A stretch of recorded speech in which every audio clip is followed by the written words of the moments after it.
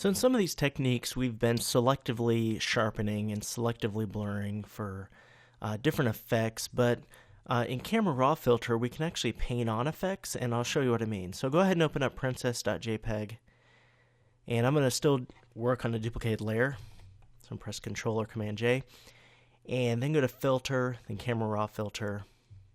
And up at the top, if you see this little paint brush icon, the adjustment brush, or you just press K on the keyboard, if you select that, and it kind of is an interesting cursor here, right? And you look over here, and a lot of these are the same effects that we've been going over from the basics panel: exposure, tint, temperature, contrast, highlights, saturation, for example. Then we also have some sharpness in there from the other tab. So what this is you can press the left and right bracket to resize, of course, or you can adjust it down at the bottom here. You can also feather the edge, affect the flow and the density, but what this is let's say you wanted to add some kind of effect to this area, and you wouldn't want to add it to the entire photo. So instead of applying it and then applying a mask and then painting on the mask to show through selectively, we can actually just paint on with the adjustment brush. So I'll show you what I mean. We have new selected here. Let's change, let's say exposure, bring up a little bit. All right, so if you click and drag on the face, whoa, that doesn't look good, right?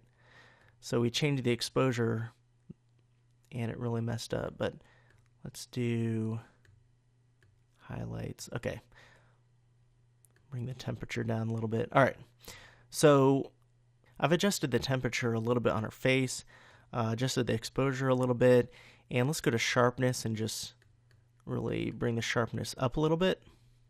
If you click mask, it'll show you where that effect has been applied so far, so then you can uncheck it there. All right, so that's the first one. If you click new, that will create a new one. So let's say we have an area, let's just paint on her hair a little bit, and let's bring clarity up a lot. All right, just for the fun of it, just to show. All right, you don't want the clarity on the face, but let's just say on the hair here. All right. Every time we want to add a new area that has certain effects applied right over here, we just have new selected here. And you can also hover over these areas. So if I hover over this, it actually shows me where that effect is being applied, that kind of hazy hue there. And if I hover over here, so here's a face one, and then there's a hair. So if I click it, so if I actually click it, then I hit erase. What I can do is when I paint in, it will erase from that effect. All right, so now when I go and click on that again, it will show me. And if I hover over it, see now that I've erased a certain part of it, that it's not affecting this area anymore because I erased that. So there's new if you want to add a new area to effect, and then if you want to add to a certain area, let me just click this. You got to hover over the pin when it turns into that arrow, and then click it. And then you can keep it on add by default, and it will add to that area. So now if I hit mask, now you'll see all this area is selected, not just the face.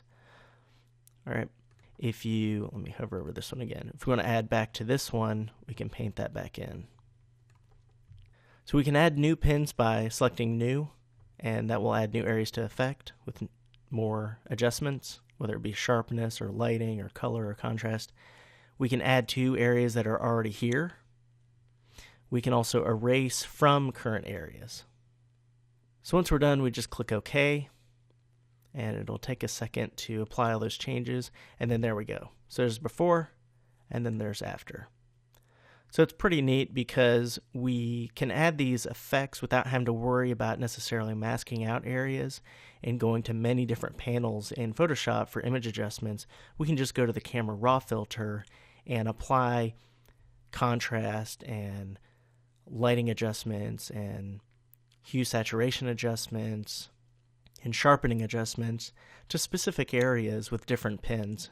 And we can add to and subtract from those areas by selecting them. Because sometimes we don't want to add a hue saturation adjustment to the entire photo. We just want to sharpen or adjust the lighting or the hue saturation in specific areas, and that's a pretty quick and neat way to do that.